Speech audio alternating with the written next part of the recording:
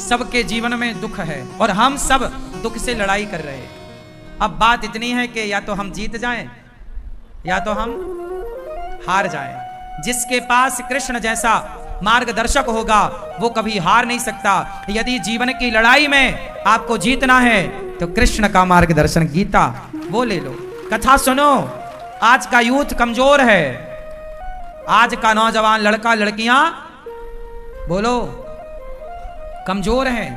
बाहर से दिख तो रहे हैं, भीतर से बहुत कमजोर हैं। इतने कमजोर हैं कि जरा नंबर कम आने पे लड़का लड़कियां मर जाते हैं, आत्महत्या कर लेते हैं। किसी लड़की ने छोड़ दिया तो कुछ लड़के उसके प्रेम में मर जाते हैं कि हम जी तेरे से प्यार करते थे, अब तो हम लैला मजनू बनेंगे, मर गए।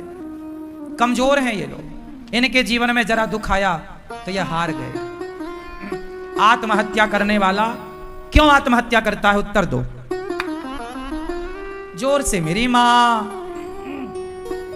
क्यों आत्महत्या करने वाला क्यों आत्महत्या करता है? बताओ बेटा क्यों? क्यों? क्योंकि वो कमजोर है, क्योंकि वो जोर से। आप अपने बच्चों को मजबूत बनाओ, अपने बच्चों को यह भी पढ़ाओ कि बेटा दुख आए तो हिम्मत नहीं हारना, डट के सामना करना। आओ संकट आओ मुसीबत आओ हम लड़ेंगे। भागेंगे क्यों? आत्महत्या क्यों करें? लड़ेंगे क्यों जी? बात क्या कहते हो? क्या समझ में आया? सुदामा तो इतने दुखी थे बेचारे, 4-4 दिन चूल्हा नहीं जलता था, बच्चे भूख से तड़पते थे। लेकिन सुदामा ने तो हालातों से लड़ना सीखा ना। और आप लोगों पर जरा संकट आता है आप तय हो जाते हो, डिप्रेशन में चले जाते हो, डिप्रेशन की दवाइयां खाने लग जाते हो। थोड़ा तो मजबूत बनो ना मेरी माँ, थोड़ा तो मजबूत बनाओ लड़कों को, अपने स्वामी को, अपने पति को, पत्नी को, बच्चों को, सबको। ये बात सही है या गलत है कि आज का इंसान कमजोर है? दुखों से ज्यादा देर दो हाथ होए ना तो टिक नहीं पाता। क्यों? ये बात सही है। आजकल हर आदमी सुख चाहता है और दुख से लड़ना जानता नहीं है। हमने अपने जीवन में बचपन में बहुत दुख देखे हैं। मैं बचपन में गांव में जाकर भीख मांगता था, मैं गाय चराता था, मेरे दोस्त कपड़े पहनते थे, मैं उनके कपड़े देखता था। एक साल में एक जोड़ी कपड़ा दिलाते थे पिताजी मेरे। पैंट पहनता था, उसमें पूरा छेद हो जाता था, पीछे छिन जाता था, चड्डी दिखने लगती थी, तब भी मैं उसे पहनता रहता था। वो दिखाता था पिताजी को, देखो इतना बड़ा छेद हो गया है, अब तो दिला दो। तो जब बोलते थे तब 2 महीने बाद दिलाते थे। मेरी एक मौसी है, वो मौसी कभी आया करती थी साल में एक आध बार, तो वो कुछ कपड़े लाती थी पुराने। मेरा मौसी का एक भाई लड़का है, मेरा भाई, तो वो जो उतार देता था, रिजेक्ट कर देता था, वो ले आती थी। मैं उन कपड़ों को देख के खूब प्रसन्न होता था, उन्हें बहुत अच्छे से पहनता था। इस हाल से, इस हालातों से गुजरे हैं, 1-1 रुपए के लिए तड़पे और तरसे हैं। उन हालातों में भी प्रसन्न थे, वो दुख था। सारे लोग आश्चर्य मानेंगे, आप हंसेंगे मेरी बेबसी पर। मुझे याद है आज भी, मेरे गांव के सारे लड़के पैंट शर्ट पहनते थे और मैं एक लौता था जो चड्डी पहने के उनके बीच में बैठता था, एक बनियान और चड्डी। सब पैंट पहनते, मेरे पास थे नहीं, अब थे तो फिर वो फटा था। ऐसे हालातों में हम रहे। और याद रखना साहब, मैं ये सब बातें नहीं बताता, ना कहना चाहता, गरीबों का मजाक बहुत उड़ाते हैं लोग। उस समय मेरी चड्डी पकड़ के लोग खींच देते थे, वो थी वही फाड़ देते थे। मैं चड्डी में था तो लोग चाहते थे कि ये नंगा घूमे, इसलिए वो भी फाड़ने का प्रयास था। इन हालातों से हम गुजरे हैं। हमारी मां बताती है कि बारिश में बेटा पानी पूरे घर में ऐसे चूता था, मतलब टपकता था। हमारी माँ हमें लेकर के दूसरे के घर में रात को सोने, पूरा घर, पिताजी माँ जी सब दूसरे के घर कई बार जाते थे सोने के लिए। घर में पानी कहीं सूखा ही नहीं था और टाइल पत्थर थी नहीं, गोबर से लिपता था तो पानी गिरने पर मिट्टी कीचड़ होता था।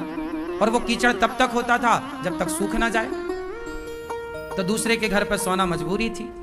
उन हालातों से हम चले हैं, गुजरे हैं। गरीबी क्या होती है, हमने पुस्तकों में गरीबी पढ़ी नहीं है साहब, देखी, उसमें रहे हैं, उसमें जिए हैं। लेकिन तब भी शिकायत ईश्वर से नहीं थी, तब भी रोते नहीं थे। उन मुसीबत से डट के उस समय भी हम लोग खुश थे, प्रसन्न थे।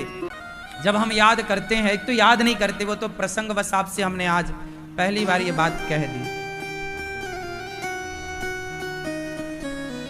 हमारे यहाँ साधु संत जब गांव में आते थे ना, तो मेरी आदत थी, मैं संतों को पकड़ के घर ले आया करता था। एक दिन में 8 संतों को घर ले आया। माँ ने कहा कि बेटा, उस समय 11 से 12 बज रहे थे, 11-12 का बीच, और उस समय हम लोग घर में सब खा चुके थे। गांव में सुबह का भोजन 10 बजे हो जाता है, तो हम लोग सब खा चुके थे। और जब खा लिए तो संत आए, 8-10 मैं ले आया पकड़ के गांव से। गांव में संत आए, बोले भैया भोजन मिलेगा कहीं? मैंने कहा हमारे घर चलो। मैं ले आया। माँ ने कहा कि बेटा संत आ गए, तुम पूछ तो लेते, भोजन नहीं है, सब खत्म हो गया, 2-4 रोटी बची रही होंगी, अब खाने के बाद कितना बचता है, जरा सा एक आदमी हो तो आदमी हो भी जाए, पर 8 साधु थे। तो मैं तुरंत मांगने चला गया। सोचिए, ये था कि द्वार पे कोई आ जाए ना तो तुरंत मांगने जाना पड़ता था। तो मैं पास के पड़ोस में मौसी के घर, मौसी मतलब गांव में जितनी होती है ना, वो बुआ होती हैं या मौसी होती हैं या चाची होती, गांव में यही परंपरा है। मेरे गांव में सभी को मैं मौसी कहता था या चाची कहता था या बुआ कहता था, क्योंकि गांव का यही रिवाज था। तो मैं मौसी के घर, सामने घर था घर के, तो मैं मौसी के घर आटा मांगने गया। मौसी जरा आटा दे दो। गांव में यही होता है, आपके घर में नहीं है तो आप आटा मांग लाते, जब आपके घर होता है तो आप वापस कर देते हैं। तो हम आटा मांग के ले आए। तब हमारी माँ ने थोड़ी पूड़ी बनाई, थोड़ी साग बनाई और थोड़ा खीर, दूध घर में था, गाय थी तो चावल की खीर, तो खीर पूड़ी संतों को परोसी। और जब संत भोजन कर रहे थे ना, तो मेरे मन में एक सपना चल रहा था कि मैं बड़ा होऊंगा तो कभी ऐसी सेवा करूंगा कि कोई भी संत आए, अन्न क्षेत्र लगाऊंगा ताकि कोई भी आओ, सबको पेट भर भोजन मिले। ये तब की बात जब मैं 14 साल का था, जब मैं दूसरों के घर से आटा मांग कर सेवा करता था। तब की ये उम्मीदें थी मन में, भाव थे कि कोई संत आएगा तो भोजन कराऊंगा। ऐसा मेरे मन में एक सपना था। मेरे को भोजन कराने का बड़ा शौक था बचपन से। लड़कों को आजकल ना गाड़ी चलाने का शौक है, किसी को मोबाइल का शौक है, किसी को घर बंगला बनाने का शौक है। मुझे सेवा का शौक था बचपन से कि अन्न, कोई आए सबको भोजन। मैं जब किसी को भोजन करते हुए देखता हूं ना, बड़ी शांति मिलती है कि चलो आप खा रहे हैं, देखते रहो बस। लोगों को खाते हुए देखना अच्छा लगता है। इसलिए गौरी गोपाल में मेरे उस बचपन के सपने को मेरे भगवान ने पूरा किया। देखिए मेरी क्या औकात है कि मैं पूरा करूं। आज गौरी गोपाल आश्रम में हजारों संत रोज भोजन करते हैं, और कोई भी आता सबको पेट भर भोजन मिलता है। बताओ, मैं सपने देख ही तो सकता था, मेरी काबिलियत तो नहीं है कि मैं पूरा कर लूं। हम तो ठहरे भिखारी। क्या औकात थी हमारी, क्या औकात है हमारी, क्या हैसियत है। लेकिन कहते हैं ना, विश्वास रखिए भगवान पर। देर लगती है ईश्वर के घर, अंधेर नहीं है साहब। ईश्वर के घर देर है, अंधेर नहीं है। वो सबके दिन देख रहे हैं, वो सबके दिन देख रहे हैं। आज बुरा है तो कल अच्छा भी होगा, और आज अच्छा है तो घमंड ना करिए, सबकी भलाई करिए तो और अच्छा होगा। पर यदि आपने रुतबा दिखाया जरा धन दौलत का, तो पलटते देर नहीं लगती साहब। मैंने कितने करोड़पतियों को रोडपति बनते देखा है इन्हीं आंखों से।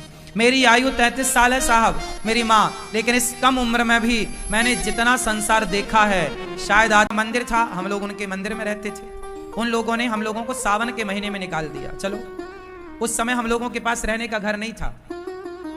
पिताजी ने बोला कि बारिश तो निकल जाने दो, फिर चले जाएंगे। नहीं नहीं, अभी नहीं निकले तो सामान सड़क में फेंक दिया। कैमरा नहीं था उस टाइम पर, लेकिन आंखों ने वो सब कैप्चर कर रखा है, सब कुछ। कुछ याद है कि कैसे वो सामान फेंक रहे थे, कैसे सामान बाहर पड़ा था। हम लोग निकल गए, बेघर हो गए। कुछ दिन किसी के घर रहे, किसी और मंदिर में सेवा की।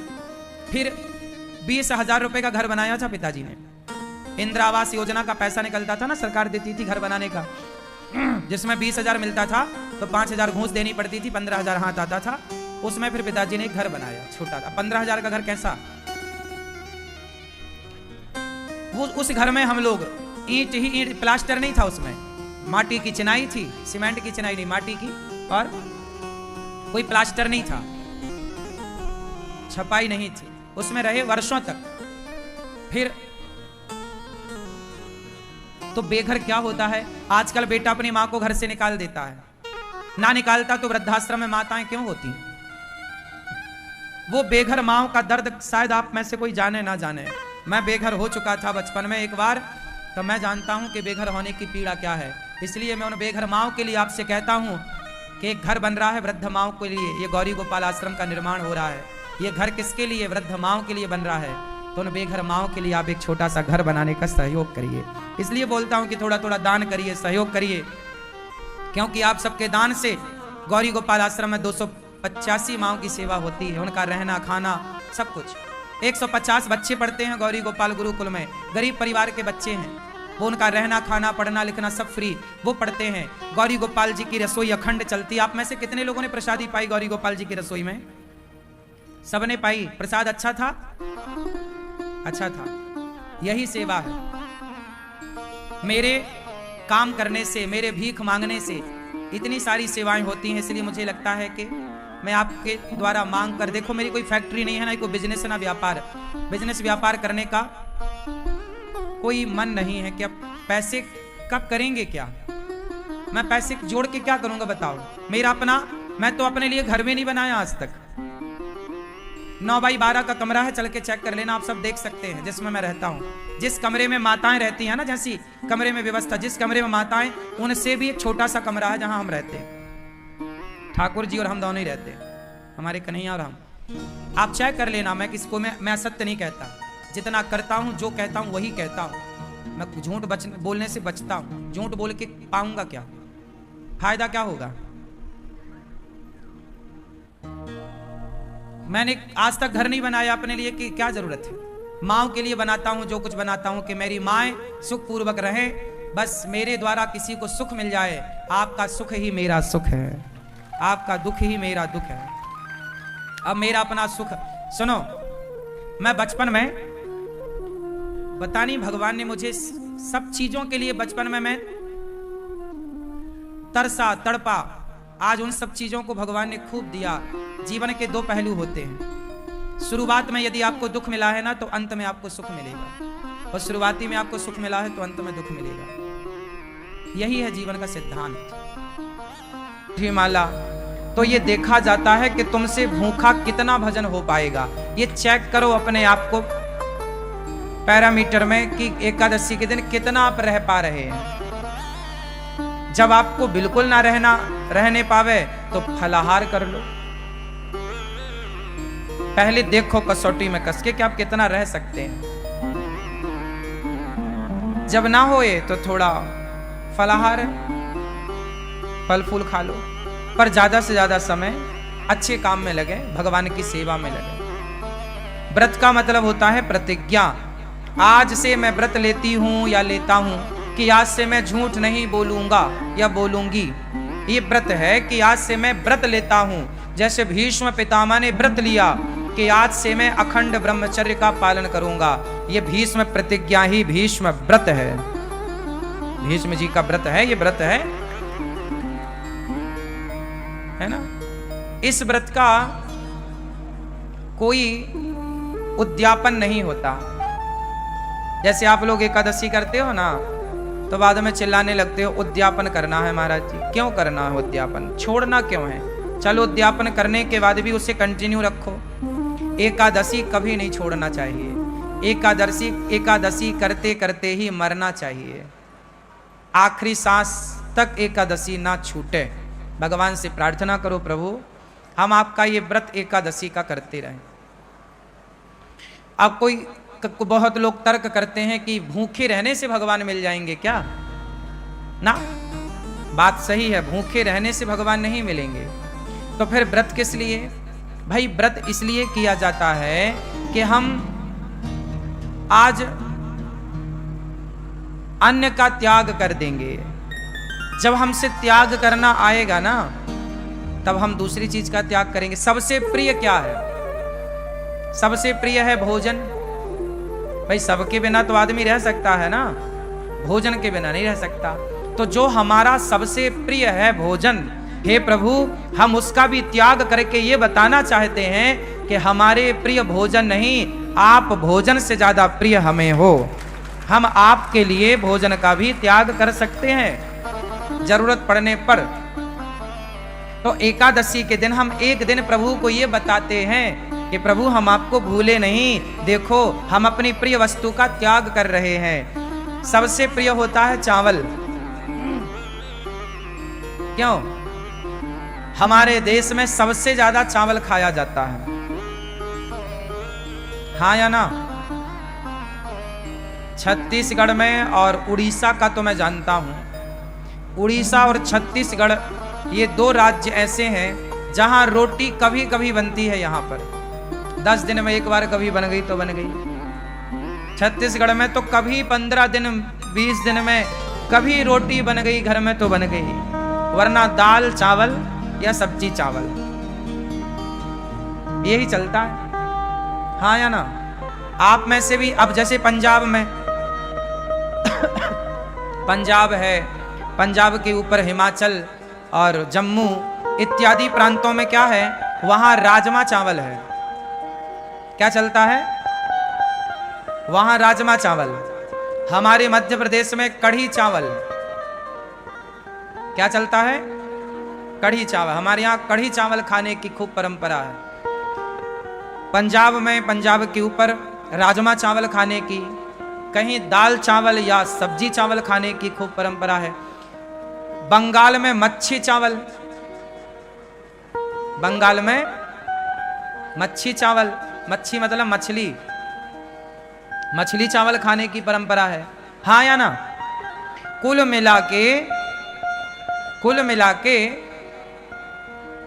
महाराष्ट्र में बैगन चावल खाने की परंपरा है। वहां बैगन पसंद करते हैं लोग। महाराष्ट्र का कोई है यहाँ? क्यों भैया, बैगन खाते हैं ना, हाँ या ना? बैगन खूब चलता है, चावल। कुल मिला के सबसे ज्यादा प्रिय क्या है हम लोगों को?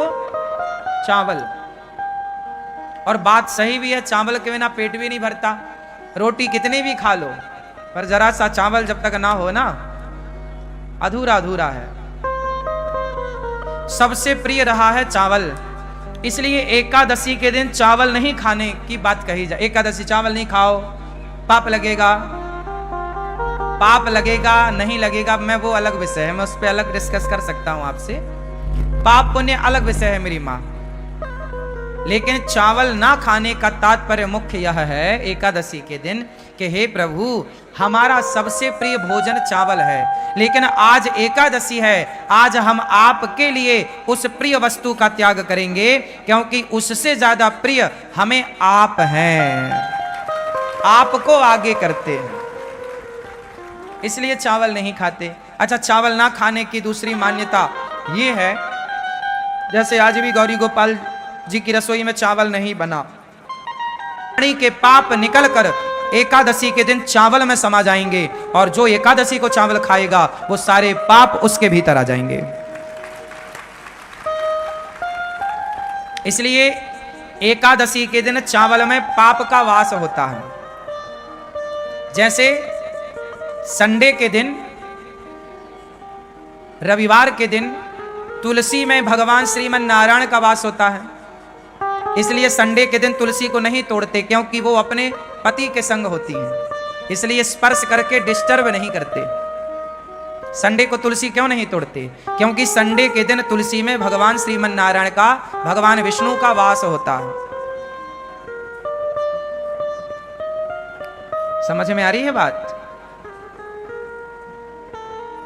इसलिए संडे को तुलसी नहीं तोड़ते। जैसे रविवार को भगवान नारायण का वास तुलसी में होता है, उसी प्रकार एकादशी के दिन पापों का वास चावल में होता है। इसलिए एकादशी के दिन क्या नहीं खाना चाहिए? चावल नहीं खाना चाहिए। पहला तो कारण यह है कि पाप का वास है। दूसरा कारण यह है कि प्रिय वस्तु है। हम तो भगवान को ज्यादा प्रिय मानते हैं, संसार की वस्तुओं को प्रिय नहीं मानते। इसलिए हमारे यहाँ साधु संतना फलाहार करने की परंपरा लागू की है। फलाहार, फल ज्यादा से ज्यादा फल खा लो। वैसे फल खाने से ना शरीर अच्छा होता है। शरीर में पानी की मात्रा कम होती है या ज्यादा? हाँ, शरीर में पानी की मात्रा कम होती है या ज्यादा? जोर से। शरीर में अन्य पदार्थों की अपेक्षा पानी की मात्रा ज्यादा होती है। बॉडी में पानी ज्यादा होता है और फलों में भी पानी की मात्रा ज्यादा होती है। बोलो हाँ। तो बॉडी भी हमारी पानी ज्यादा चाहती है और फलों में भी तरलता होती है, इसलिए फल हमारी बॉडी के लिए अनुकूल है। हमारा पेट आसानी से फल को पचा लेता है, उससे पानी भी मिल जाता है। जितने भी लिक्विड पदार्थ हैं, जैसे दूध है, दही है, छाछ है, रस है, फल है, ये शरीर के लिए अमृत है। जब पेट को फल मिलता है ना तो पेट नाचने लग जाता है। पेट को जब फल मिलते हैं तो पेट ताजगी से भर जाता है, क्योंकि फलों में रस अंदर के सिस्टम को डैमेज करती हैं, खराब करती हैं। शरीर अनमोल है, इसे संभाल के रखना चाहिए। जितना बढ़िया खान पान होगा उतनी लंबी आयु आपकी होगी। अच्छी हवा लो, गहरी हवा, सांस, खूब बढ़िया प्राणवायु लंबी होनी चाहिए आपकी। लंबी भस्त्रिका प्राणायाम करो, गहरी सांस लो, थोड़ा सा टहलो, नंगे पांव थोड़ा चला करो, पांव में थोड़ा कंकड़ चुभने चाहिए, एक्यूप्रेशर होता है। खान पान बढ़िया हो तो इससे सब ठीक होता है।